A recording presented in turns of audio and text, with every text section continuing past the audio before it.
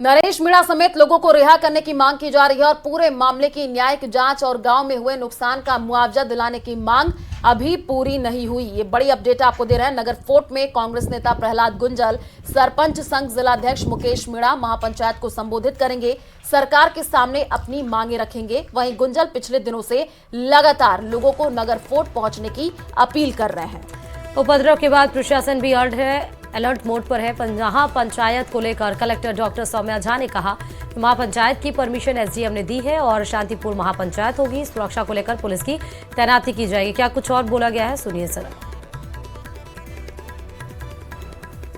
इनके दो मंत्री आ गए, ना किसी तरह का कोई जो यहाँ पे जिस तरह से जो घोषणाएं करके गए, हम ये करवा देंगे, हम ये कर देंगे, बाकी आज दिन तक ना तो समरावता गांव को ना तो ये न्याय दिला पाए, ना वहाँ पे जिस तरह से हमारी मांग रही कि जुडिशली जांच होनी चाहिए, वो जांच ये नहीं करवा पा रहे। और एक जिस तरह से जो हमारे जितने भी जो निर्दोष हमारे लोग अंदर है, ना उनको रिहा ये लोग कर पा रहे हैं। झूठे उन पे मुकदमे और लगा दिए, जो मुकदमे इनमें बनते ही नहीं है, ऐसे मुकदमे ये लगा दिए, जबकि मुकदमा प्रशासन के ऊपर बनता है, पुलिस के ऊपर बनता है, उस एसडीएम के ऊपर बनता है, जिसकी वजह से ये सारा पूरा जितना जो पूरा गांव एक राख बनते बनते बचा है। देखिए, हमारे पास परमिशन का आवेदन किया गया था, तो उसमें थानाधिकारी से रिपोर्ट लेके और डीवाईएसपी से रिपोर्ट लेके एसडीएम द्वारा सभा के लिए परमिशन दी जा चुकी है और ज़मीन भी उनके द्वारा आइडेंटिफाई की जा चुकी है। हमने जो भीड़ का आंकलन लगाया है उस हिसाब से पर्याप्त मात्रा में जाब्ता लगा रहे हैं और मौका मजिस्ट्रेट्स लगा रहे हैं और इसके साथ ही प्रशासन की एक्स्ट्रा टीम को भी हम उस जगह पर तैनात कर रहे हैं। इसके साथ ही लीडर्स के साथ भी हमारी वार्ता जारी है और लीडर्स भी इस बात से सहमत है कि वो नहीं चाहते कि किसी भी तरह की अनहोनी घटना हो। और कोटा संभाग के सबसे बड़े एमबीएस अस्पताल में संचालित होने वाली एकमात्र अन्नपूर्णा रसोई योजना इन दिनों ठप पड़ी हुई है। बताया जा रहा है कि टेंडर खत्म होने के चलते शहर में 1 दर्जन से अधिक अन्नपूर्णा रसोई में ताले लग चुके हैं और संभाग के सबसे बड़े एमबीएस अस्पताल की अन्नपूर्णा रसोई ने 150% लक्ष्य पूरा कर लिया था। लेकिन एमबीएस अस्पताल में अब अन्नपूर्णा रसोई योजना बंद होने के चलते मरीजों और परिजनों को 10 गुना ज्यादा राशि खर्च करके अस्पताल के बाहर खाना खाने के लिए भटकना पड़ रहा है। कोटा से ये जानकारी, तस्वीरें भी आप देखिए जहां पर ताले लटके हुए हैं और जरूरतमंदों को सस्ता भोजन नहीं मिल रहा है। संभाग के सबसे बड़े एमबीएस अस्पताल में आने वाले मरीजों और उनके परिजनों को लाभान्वित करने के लिए सरकार द्वारा चलाई गई श्री अन्नपूर्णा रसोई योजना संभाग के सबसे बड़े एमबीएस अस्पताल में ठप पड़ी है। यहाँ कई दिनों से ताले लगे हुए हैं और मरीजों और उनके परिजनों को जो खाना खाने के लिए दूर और सुदूर अंचल तक बाहर जो है महंगा खाना के लिए बाहर जाना पड़ता है और भारी परेशानियों का सामना करना पड़ रहा है। यहाँ हर वक्त चोरी की आशंका बनी रहती है और कई दिनों से अस्पताल परिसर में इस जो है अन्नपूर्णा रसोई योजना के बारे में कोई जानकारी तक उपलब्ध करवाने वाले नजर नहीं आ रहे हैं। के बारे में बताएं, क्योंकि आप ये बहुत गरीब लोग आते हैं यहाँ पे खाना खाने के लिए, तो ऐसे ही जाते हैं, तो ये चालू हो जाएगा, अच्छी बात है, गरीबों के लिए खाना मिल जाएगा। 2 वक्त कितने दिनों से बंद देख रहे हैं आप? अभी इसको तो 2 महीने का लमसम हो गया, 2 महीने से बिल्कुल ज्यादा हो गया। आपसे जानकारी चाहते हैं। अन्नपूर्णा ये रसोई चलती थी, खाना वाना बनता था यहाँ पर। अभी कितने महीने हो गए? 2 महीने का लमसम हो गया, ज्यादा हो गया मेरे साथ। 2 से भी ज्यादा हो गया, 3-4 महीने हो गए।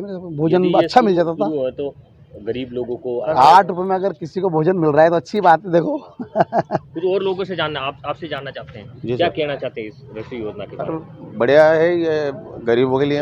अभी भी बंद हुए 3-4 महीने हो गए, जब से खूब आते हैं लोग पूछने, भैया इंदिरा रसोई बंद हो गई क्या? भैया इंदिरा खूब आते हैं, डेली आते हैं, तो कम से कम 10-20 आदमी रोज आते हैं पूछने। कुल मिला के फिलहाल ये कहा जा सकता है कि यदि ये समय पर अन्नपूर्णा रसोई योजना चालू हो जाए तो एमपी से सटे व सुदूर अंचल तक के मरीजों और उनके परिजनों को खासा लाभ मिल सकता है। कोटा से न्यूज़ 18 राजस्थान के लिए ओम प्रकाश मारू। और इस बीच आपको कोटपुतली से बड़ी खबर बताते हैं, जहां ऑपरेशन चेतना पे सबसे बड़ी अपडेट ये है कि कुछ ही घंटों में बोरवेल से बाहर आ सकती है 3 साल की मासूम चेतना। तो मौके पर प्लान बी के तहत रेस्क्यू ऑपरेशन भी जारी है। आपको बता दें कि 2 सदस्यीय एक्सपर्ट टीम जो है 170 फीट गहरे गड्ढे में उतरी है। टीम के सदस्यों ने टनल की खुदाई शुरू की है और छोटी ड्रिलिंग मशीन और हैमर से टनल बनाई जा रही है। प्रशासनिक अधिकारी सीसीटीवी से मॉनिटरिंग कर रहे हैं। तो आपको बता रहे हैं ये टनल 6 दिन बीत चुके हैं, लेकिन अभी तक उस मासूम चेतना को नहीं निकाला सका। लेकिन इस बीच में चेतना की मां, उनके परिजनों ने क्या कुछ रिएक्शन दिया है वो आपको सुनाते हैं। से तड़प रही अभी तक उनको इन्हें खाने को बोला, और अगर कलेक्टर मैम की अब बेटी होती तो कितना दिन तक उनका अंदर ही रह देती। थोड़ी सी कन्या का फिक्र रहे हमको ना, कम से कम मेरी पुकार ना सुनो तो कन्या की आत्मा की पुकार सुन लो।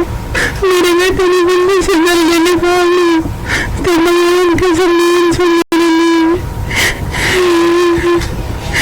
कलेक्टर ने इतनी लापरवाही की और तेरे से मेरे बच्चे को नहीं, अगर तेरे बेटे होते तो क्या तेरी लापरवाही करते तो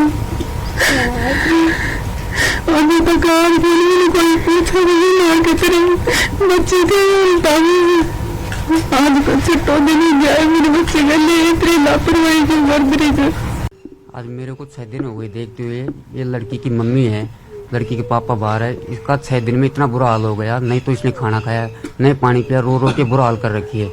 कलेक्टर साहिबा बाहर आती है। फर्स्ट बात तो ये कि लड़की को गिरे हुए 3 दिन हो चुके थे, उसके बाद रात को 12 बजे वो यहाँ पहुँचती है। आकर कम से कम उसका पहला फर्ज ये था कि परिवारजनों से मिलके उस बच्ची की माताजी से मिलके उसको सांत्वना देती, आपकी बच्ची को सकुशलम बाहर निकालने में पूरा योगदान देंगे नहीं देंगे, जो भी थी उससे बात तो करनी चाहिए थी ना। कलेक्टर साहिबा यहाँ आती है, सुबह आती है आधे घंटे, शाम को आती है आधे घंटे, अपने ऑफिस जाके सोती है। रात को उसको प्रशासनिक अधिकारी ये और बोलते कि बेचारी थक गई, वो सो गई। क्या कर रही है, या जमीन वार रही थी क्या, वो सो गई हो, क्या करती, आके उसके लिए कुर्सी डाल दी जाती है, बैठ जाती है। जब तक वो नहीं आए काम स्टार्ट नहीं होगा। परिवार वालों को ये नहीं पूछा कि आप किस कंडीशन में हो, हम आपकी बच्ची को सकुशल बाहर निकालेंगे या नहीं निकालेंगे, काम को तेजी से चलाएंगे नहीं चलाएंगे। आप सब मीडिया कर्मी 6 दिन से यहाँ उपलब्ध है, आप भी दिन रात एक कर रखे हो, आप देख रहे हो 6 दिन से क्या हुआ है क्या नहीं हुआ। काम इतनी धीमी गति से चल रहा है जिसकी कोई सीमा नहीं। अगर यही बच्ची किसी नेता मंत्री या खुद ही कलेक्टर साहिबा, मैं स्पेशल बोल रहा हूँ कलेक्टर साहिबा को, ये बच्ची अगर आपकी होती तो क्या इसी तरह डिले होता इस काम में? नहीं, बिल्कुल नहीं होता, क्योंकि वो तो खुद की बच्ची थी। ये इस बच्ची दूसरों की बच्ची है, उसको तो आपकी कुर्सी का लोभ लग रहा है, उसको थोड़ी मतलब है किसी की बच्ची की जान जा रही है, जोखिम में है या नहीं है, क्या समझेगी क्या नहीं समझेगी। तो आप चेतना की मां और चाचा को सुन रहे थे, जहां गंभीर आरोप उन्होंने प्रशासन के ऊपर लगाए। ज्यादा जानकारी के साथ संवाददाता हीरालाल ग्राउंड जीरो से जुड़ चुके हैं। हीरालाल, क्या अपडेट है और क्या आज ही वो दिन निर्धारित हो पाएगा जब मासूम चेतना बोरवेल से निकल आएगी? जी देखिए, 115 घंटे से लगातार जो बच्ची को बचाने का रेस्क्यू ऑपरेशन था वो लगातार जारी है। फिलहाल मैं तस्वीरों में दिखाना चाहूंगा कि जेसीबी मशीन बुलाई गई है, क्योंकि जो 170 फीट गहरा जो गड्ढा जो बोरवेल के पैरेलल खोदा गया था, उसमें जो 2 सदस्यीय टीम नीचे उतरी थी और एक टनल बनाने का जो उन्होंने कार्य शुरू किया था, तो करीबन 1.5 से 2 फीट की जो खुदाई करने के बाद उसमें कुछ पथरीली जमीन आ गई थी। इसके बाद जब उनको इस ऑपरेशन को आगे बढ़ाने में जो समस्या आई थी, तब 2 सदस्यीय टीम को वापस जो बाहर बुलाया गया है, अधिकारियों से चर्चा की गई है। आप देख सकते हैं तस्वीरों में कि एक जेसीबी मशीन से खुदाई की जा रही है। जो मिट्टी है उस 170 फीट का जो गड्ढा खोदा गया था, उसके आसपास की जो मिट्टी है उसको खोदकर उस गड्ढे में डाला जा रहा है। मैं फिलहाल जो एसडीएम है वो हमारे पास आने में कुछ देर में पहुंचने वाले हैं। हम उनसे जानेंगे कि आखिर अब किस प्रकार से ये रेस्क्यू ऑपरेशन किया जा रहा है और ये मिट्टी आखिर इस गड्ढे में क्यों की डाली जा रही है, क्योंकि जो नीचे 2 सदस्यीय टीम नीचे उतरी थी, एनडीआरएफ के 2 सदस्य थे, टनल बनाने के लिए नीचे उतरे थे, किस वजह से ये मिट्टी डाली है, क्या रेस्क्यू ऑपरेशन में आगे इनकी रणनीति है, मैं बात करना चाहूंगा। मैं सर, रेस्क्यू ऑपरेशन जो लगातार 115 घंटे से चल रहा है, अब क्या स्थिति है?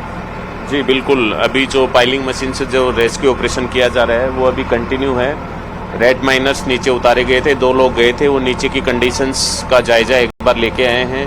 नीचे किस प्रकार की कंडीशंस हैं, ऑक्सीजन की सप्लाई प्रॉपर हो रही है नहीं हो रही है, जो मिट्टी जो टनल बनाई जाएगी उसका स्टेटा किस टाइप का है, ड्रिलिंग किस टाइप की उसमें इक्विपमेंट्स चाहिएंगे, इस प्रकार की वो जानकारी लेके आए हैं। उसके बाद अभी दोबारा से थोड़ा सा मेजरमेंट किया गया कि भाई किस लेवल से उसका टनल की खुदाई की जाए ताकि इजीली उसको ड्रिल किया जाए। 1.5 से 2 फीट की जो टनल की खुदाई भी की गई थी, उसमें पथरीली जमीन भी आने की जो बात सामने आई थी, अब इस गड्ढे में है जो जेसीबी से मिट्टी डाली जा रही है, आखिर क्या कारण है? जी बिल्कुल, जो पहले जो ड्रिल किया गया है उसमें जो रॉक है वो बहुत हार्ड है, तो अभी थोड़ा सा लेवल नीचे का अप किया जा रहा है ताकि थोड़ा सा ऊपर लेवल से थोड़ा सा इजी टू ड्रिल है, तो वहां से ड्रिल करने की कोशिश की जाएगी। तो नीचे का जो लेवल है थोड़ा अप करने की कोशिश की जा रही है, थोड़ी सी मिट्टी डाली जा रही है ताकि इजीली वहां से ड्रिल करके टनल बनाई जा सके। सर, क्या उम्मीद लगा सकते हैं कि आज ये रेस्क्यू ऑपरेशन जो 115 घंटे से लगातार चल रहा है, सब लोग इसमें जुटे हुए हैं, तो वो आज कंप्लीट हो जाएगा? बिल्कुल, हम सब लोग पिछले 5 दिनों से लगातार यहाँ पे रेस्क्यू ऑपरेशन में जारी हैं, लगातार पूरी टीम एफर्ट कर रहे हैं। यहाँ पे सब लोगों की यही कोशिश है, यही दुआएं हैं सब लोगों की कि आज जल्दी से जल्दी चेतना को यहाँ से रेस्क्यू किया जाए। कितना समय और लग सकता है, कितना माने हम कि भाई इतना समय और लगेगा? लगातार हमारी टीम में काम कर रही है, एसडीआरएफ है, एनडीआरएफ, लगातार रेस्क्यू टीम, रेड माइनर्स भी अभी तुरंत प्रभाव से इसमें एक बार लेवल सही हो जाए उसके बाद उतारे जाएंगे, फिर जल्दी से जल्दी कोशिश है कि रेस्क्यू किया जाए चेतना को। इस जगह 163 फीट की गहराई पे जो बच्ची अटकी हुई है और जो आपने एक पहले